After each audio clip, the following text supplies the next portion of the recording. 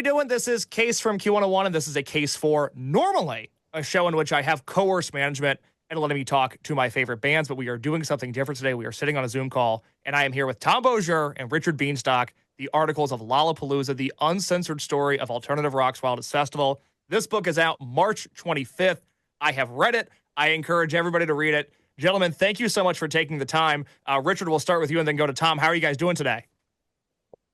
Doing great. It's been a long week already of doing press and promotion for this book. So Tom and I think, are primed and ready to go because we've been doing it all morning so far. Good. And and Rich did have 103 fever and projectile vomiting like earlier this week. So he's being a valiant trooper. Is Well, this don't underplay true? yourself. It is, but Tom has been quite sick himself, so he's you know don't hide that part of it. We He's went a to trooper too. South by Southwest for a book reading and had fun, but we came back with an extra goodie in our bags. We both got like a some form of flu. But that's the price you pay. Yeah, Tom Well, was showing a lot of concern for my symptoms, but then I realized it was because he was just trying to figure out what was probably going on with him or what was coming. So, that is fitting because, of course, Lollapalooza now based here in Chicago. Q101, we're there every year. And after Thursday, Friday, Saturday, Sunday in Grant Park, every Monday and Tuesday, people start going, I feel awful. I wonder, Yeah. I wonder mhm. why. Oh, wait, I spent a weekend with 100,000 people in I have Grant this Park. little That'll do I have this little tickle in the back of my throat. I it. wonder how this is gonna go. Yeah. And what's this rash here? Yeah, I know it's anything can happen in Grant Park. It is Yeah. always an Yes. experience. I'm so curious with you guys. So I must admit, I have not read your book on the Sunset Strip, the oral history you guys did, because it is very not in my wheelhouse of 80s bands whatsoever. But Lollapalooza comes around. I hear this book's coming out. I go, that is in my wheelhouse. Why did you guys decide to tackle the oral history of Lollapalooza? It it Go ahead. seemed like a should I go? You want to go, Rich? Who wants to go? I'll go. It seemed well for us, this book sort of dovetails the Lollapalooza oral history dovetails with the oral history of 80s glam metal because it really starts where the last book ends. At the end of our last book, you've got bands like Motley Crue and Warren and all these things basically getting destroyed by the arrival of grunge. And in this book, you're seeing the people who are seeing the beginnings of their careers and sort of about to enjoy this decade where they are the ones dominating. And so it just seemed like a good spot, and there's people who overlap. We have Kim Thale in this book. He's in the last book. We have Jerry Cantrell in the last book. He's in this book. So there's some overlap, and it just seemed like the next significant era of really important sort of guitar rock that existed. And both, Rich and I are sort of like rock guys. So it just was like, well, this is next. And we both love bands from both eras, so it was no chore at all to do this. I'm very glad you guys did this. Can you explain to me? Because I was telling Rich before we started recording. I've learned about myself. I'll read an oral history about anything. It has become my preferred mode of literature, if you will. But especially something like this, I was so excited about. In layman's terms, can you lay out from start to finish? Because I believe I read this took you guys about 4 years to complete. What it is like interviewing all these people, getting all these notes, and then writing this book. Kind of what that Mhm. process looks like. Um, it's hell, That's about what I but thought. it's also really awesome actually. And yeah, I mean, this book was probably just a little over 2 years from start to finish in terms of actually doing the thing. But for us, I mean, we'll spend really like the first year just doing interviews. And, a big part of doing interviews is tracking people down. So you're trying to figure out who you need to speak with. And then you have to find them and then you have to get them on board and then you have to actually do the interview. So there's a lot of just moving parts going on all the time. And Tom and I kind of have our different beats kind of that we're doing, but really we're both just going after everyone all the time. And whoever can get them, whenever they can get them, you get them. And so really that's the first half of it is just compiling all these interviews. And then you sit down, and if you're lucky, like we were, you and also unlucky, you sit down and you have 200 transcripts of interviews, and then you have to figure out how to make that into a book, and that's really the challenge. I mean, it's doing an oral history has its own challenges as opposed to just doing a regular book because the writing is just different and the thinking about it is different, and you have to have other people tell the story. And it really is like putting a puzzle together when you have all these interviews, and you just have to make it, you have to make a compelling narrative out of it, really. Yeah, like when we have this thing of in the first 1991 chapter of Perry Farrell and Dave Navarro getting into a giant fist fight the first night of Lollapalooza, which that's I guess something that's still they still can do once in a while if they really want to. But you can't just say in an oral history, and then Perry and Dave got into this huge fist fight. You have to talk to Perry about it. You have to talk to Dave about it. You have to talk to other people who saw it. So in order to tell any story, you need like three or four voices. Um, and you're just like biting your nails, hoping that you're going to get those interviews. Yeah, that was what I was so impressed by was every year you guys cover, because for those that don't know, they go from 1991 through 1997 and really break down every year in full, which is so enjoyable. But it's Eddie Vedder and it's Billy Corgan, who's a friend of our show. But Billy Corgan, not always the easiest guy to talk to. It's an all-star lineup of interviewees. I am curious, of the people that are still living, is there anybody that you chased and chased and chased and just could not get to that you really wanted to? For me, the Beastie Yeah. Boys. Oh, sorry. Mhm. No, The man. Yeah. the Beastie Boys, who were the co-headliners of 1994 with Smashing Pumpkins, and who were very, very involved in curating and booking that year. I thought it would have been great to talk to them. We ended up like finding a few scraps of quotes that we could use and from other things, but I would have loved to have their perspective. I think that their publicist even wanted them to do it, and I think for them maybe Lollapalooza was sort of just like a blip in their career, and so we didn't get them. Having more of their voices to me would have been awesome, and I tried. Like there's 20 emails that prove that I tried.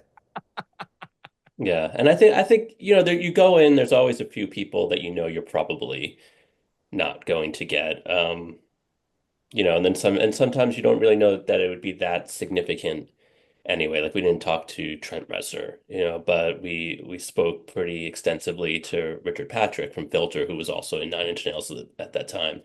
So you get the stories that you need to get, and they don't always need to come from the primary person. I think in the case of this book, for me, the most important people to get is like you want to get the people that organize Lollapalooza, right? And there's four of them, and we actually did speak to all four, and you want to get Perry in there, of course, because Perry is Lollapalooza, really. So like there's people like that are really essential, but beyond that, you just kind of do the best that you can. And again, like when you have 200 interviews that you have done, like you'll get everything covered one way or another. The The beautiful thing backstage about people. I'm sorry, Oh, Tom, go go ahead. ahead. No, no, just quickly, the behind the scenes people when you're doing a book like this are really important. Like they create the framework, the scaffolding that you could do the rest with. And a lot of that is that they were like they have they have more of a macro view of it, and frankly that they were working so they were sober. They have a much, so they have a like details that maybe a band that spent 23 hours a day in their bus and 1 hour a day on stage didn't. Yeah, I mean, I'm 26, so I only know Lollapalooza as Chicago Bless based you. here. It's a gift and a curse. Trust me. Yeah. I read this book and I go, 1994 sounded pretty cool. Would have liked to have been Mhm. alive for that. But you do get transported to, what almost a level of exhaustion of what it's like to be on summer tour because it's so detailed there. What I like so much about your book is I feel like as Lollapalooza gets older, and I think as a culture we become more and more nostalgic and less about pushing things forward and more about looking back. 1991 is always covered in detail. We know about 91. 1992, it's the follow-up. We go, okay, cool. And then it feels like the story of Lala it's a lot of detail in 91, some detail in 92. hey, 94 was really big, and then it's over. And I feel like that's a lot of what is normally told. What I like so much about this book is, like I said, it goes year by year. Is there a particular year that you guys find between 1991 and 1997 to be more interesting than the others? Because 1995 to me is where this book shines. I found the interviews you guys conducted and the way from Courtney Love to Pavement to everybody on that tour, all of these characters to me made for the most interesting read of the entire book. Yeah, I think that, I mean, honestly, for me, like I found every year super interesting. Like I'm always really deep into 91 because it is the first year and it Yeah. is so significant. But I agree with you about 95, which is often an overlooked year. And, to Tom's credit, that was really 95 was Tom's beat, and he went super, super, super deep on it.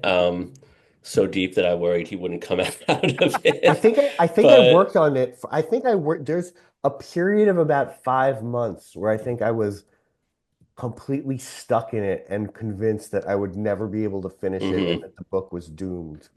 Yeah, and it's just Just to like, be well, honest. I also just want like and it's like I wonder if he knows like the book is not just about 95. But it almost could have been because it just I mean 95 is a brilliant I mean there's so much that goes on, and then even then that's before you add in like the chapter with Patti Smith, Mhm. which Tom spoke to the entire Patti Smith band, and it's like in the midst of all the chaos and insanity of 95, it's like this beautiful chapter and describing this beautiful moment that happened. So 95 probably is the year that is sort of overlooked, but is actually in retrospect like really special. It's a weird year because, 1995 is really the first year where Lollapalooza starts going off the rails, right? I mean, they had their biggest year ever with 94, Smashing Pumpkins, uh, Beastie Boys, Green Day, The Breeders. Like it was like really like this flawless year, I feel like. And then like our book reveals, 95, they tried to get Neil Young and he said no. They tried to get like a Clash reunion. He said no. Um, there was question of Stone Temple Pilots headlining and Perry said no.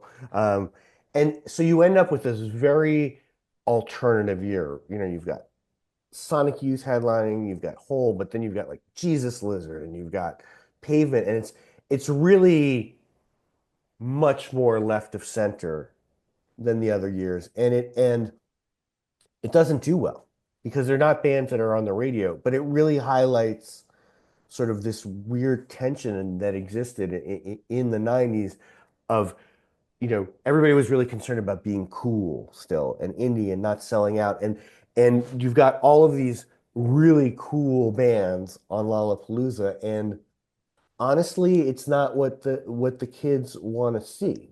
And so there's a lot of and then on top of that, you've got Hole on the tour, and Courtney Love is in a very difficult place. Her road manager at the time, this guy Curly Jobson, basically says in the book, like, there is no way in 2025 that a person in Courtney Love's condition would be allowed to tour. Like, our perceptions of like what of mental health and well-being and liability are so more sensitive now. Like you would not let a person in that condition go. But yeah, it's a very strange year. There's a point where Lee Ronaldo from Sonic Youth is driving to the venue there, and they're listening to the commercial alternative radio station that's hosting that Lollapalooza, and they're broadcasting from Lollapalooza. Um, and they're not playing any of the bands that are on 1995 Lollapalooza. So it was really like this example, like, well, this utopian vision of like you can be as cool as you want. It just doesn't work. And I think that that's really where they lose their, I don't know if they lose their way as much as Lollapalooza loses its confidence because Yeah. up until then they've just Mhm. been like batting 100. I, I will say that it's humorous only for the absurdity of it, but I don't know if there was anything that made me laugh harder in the book than the anecdote of Sinead O'Connor hanging out with Courtney Love and Courtney Love leaving and going, she's crazy, Right. far more so than me, which again, I have great empathy for Sinead O'Connor, and she lived unfortunately a very sad life. But I read that and I cackled at Courtney Love being like, look at her, she's nuts. Hmm. It's quite a it's quite yeah a statement on her part. Yeah, Very and much so. What can you guys tell me about 1994 and the almost headliner that was Nirvana? Did you guys along the way uncover any documents that would have I mean, I think it's a general accepted truth at this point that Nirvana was going to headline in 1994. But what did you guys uncover about this tour that, even with the Pumpkins and Beastie Boys, was incredibly successful, but was obviously missing Nirvana? I think there's definitely well we've uncovered. First of all, I had never heard this story before, which is odd. But I spoke to a person who worked in Nirvana production, um, and they said, and I'm saying they to be deliberately vague, that they had already been tasked with, designing the stage for Nirvana for Lollapalooza.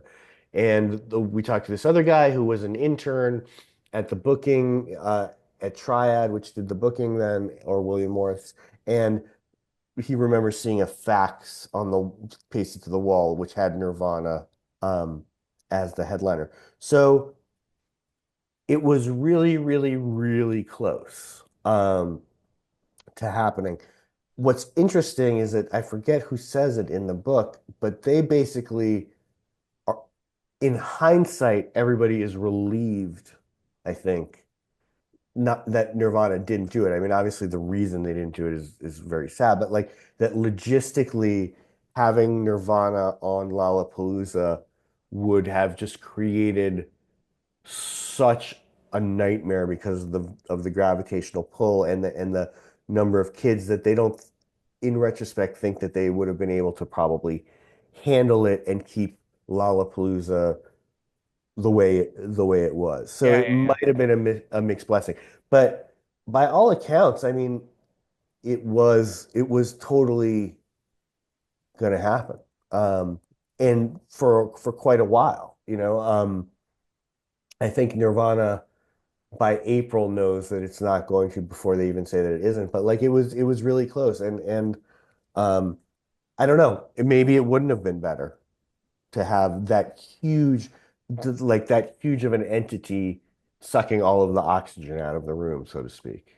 Yeah. Two more questions for you guys, then I'll let you go.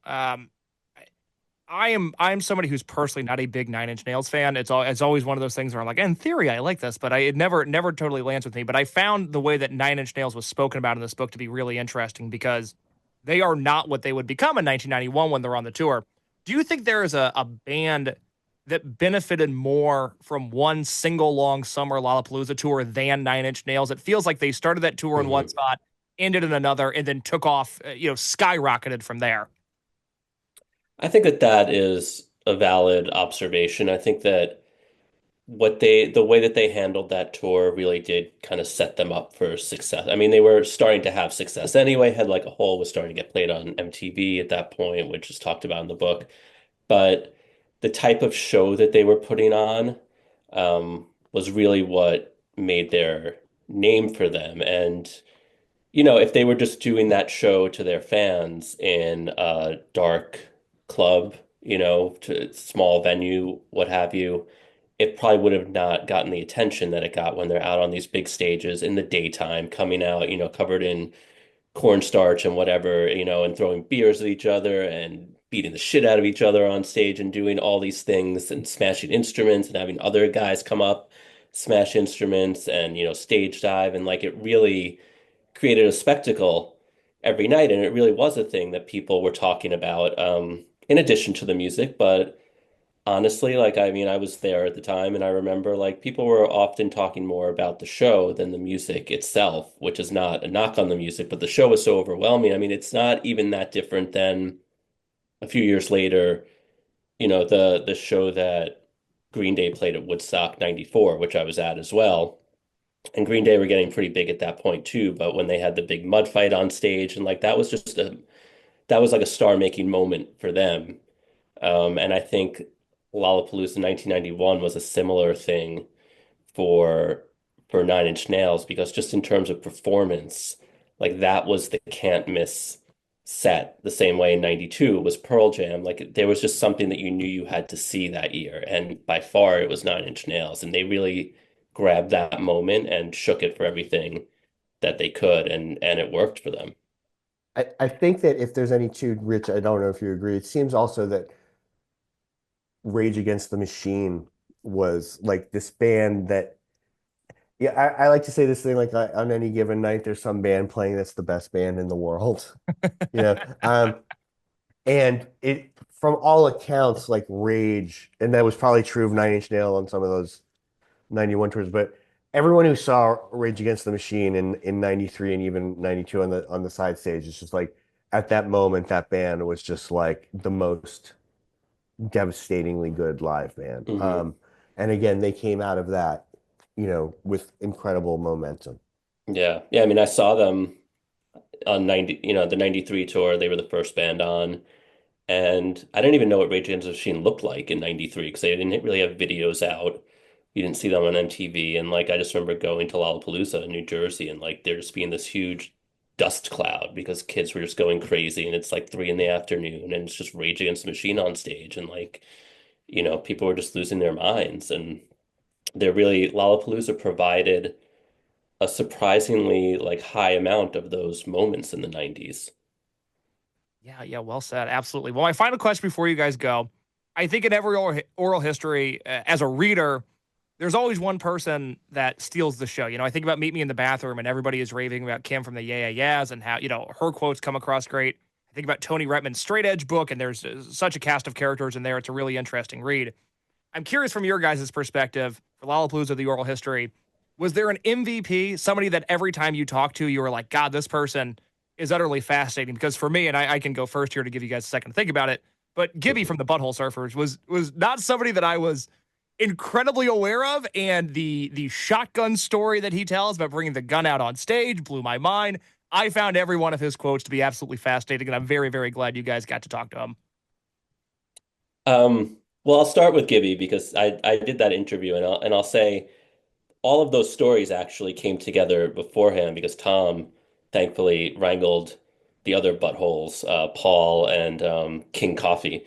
And so we had these story and because Gibby was the guy that we could not find. I mean, he's not, he doesn't have a That makes he didn't have a sense. publicist at the time. I don't remember how, but we got his phone number and I just started calling him. Um, and eventually he picked up. And one time he picked up and then he hung up, but not because he was like, upset or whatever. He just like hung up the phone. I don't think he really knew what was going on, but eventually I did get to have a call with him and he agreed to do an interview and then he didn't pick up at the time of the interview and like, he's like that kind of guy. He always sounded like he was walking on a street somewhere or in a subway. But eventually he does the interview and like probably everything that he said in the interview is in the book because it's not, we didn't speak for that long. And he kind of goes wherever he's going to go when he's talking. But within that, there's like these little nuggets of things that really make sense and that are really funny also. Um, so the way he comes off in the book, I will say, is actually what it was like to speak with him. Like he's very genuinely Gibby. Like he is an out there character. I'm sure if you were to interview him right after you finish up with us, he would have no recollection of being interviewed for this book. But that's okay. Like he was great and it was really fun to talk to him. I think Al Jorgensen might be the MVP of the book, just That's a good one. Yeah. because like it just, he at that time in 1992 was so out of his mind on drugs, but also just completely out of his mind anyway. And the whole band, they're collecting roadkill, and then stripping it down to the bones to build microphone stands. They're like lighting their bus on fire with fireworks. And my favorite kind of interview, and Rich did this interview, but is the guys who they're not really condoning what they did, but are kind of aware on some level. that they're still alive, but what they did back then when they were, not well is cool as hell. And like I think Al Jorgensen walks that line perfectly of being like, well, I wouldn't recommend that you light your bus on fire with fireworks, but we did do it, And he talks about it in this way, almost like being like a pirate or something. And that just is I find so satisfying and like because he knows how to tell a story and he has great stories. So that's a great combination. Yeah, and I think also when a person like that is now clear-headed about it and really can give you like total recall on what happened and is not embarrassed by it or is just like these are the facts, I mean, Al had no problem talking about the night that he drank a cocktail through another man's penis. And like because that is something that happened on the tour and he's going to tell the story about how that happened. And he's going to tell it in great detail. And so yeah, I mean, Ministry is a band, they have their own chapter in the book, and I don't know that that was originally planned, but after doing the interview, it was like, okay, well, we're going to give them their own chapter. And I'm very glad you did. Absolutely great picks there. I could not agree more. The book is Lollapalooza, the uncensored story of alternative rock's wildest festival. This interview drops on March 24th, so this will be out. The book is out on March 25th. I highly, highly recommend checking it out. If you like me, I'm on Instagram @_ Case Lowe. That is CASELOWE. Gentlemen, anything to plug other than the book before you guys go? I think that that's pretty much the right Yeah. now our single-minded purpose. Buy the book. By the book. I can't recommend it enough. Thank you guys so much. And everybody watching, don't forget to like this video, subscribe to the channel, and we'll talk to you again next week. Thanks so much. Thank you.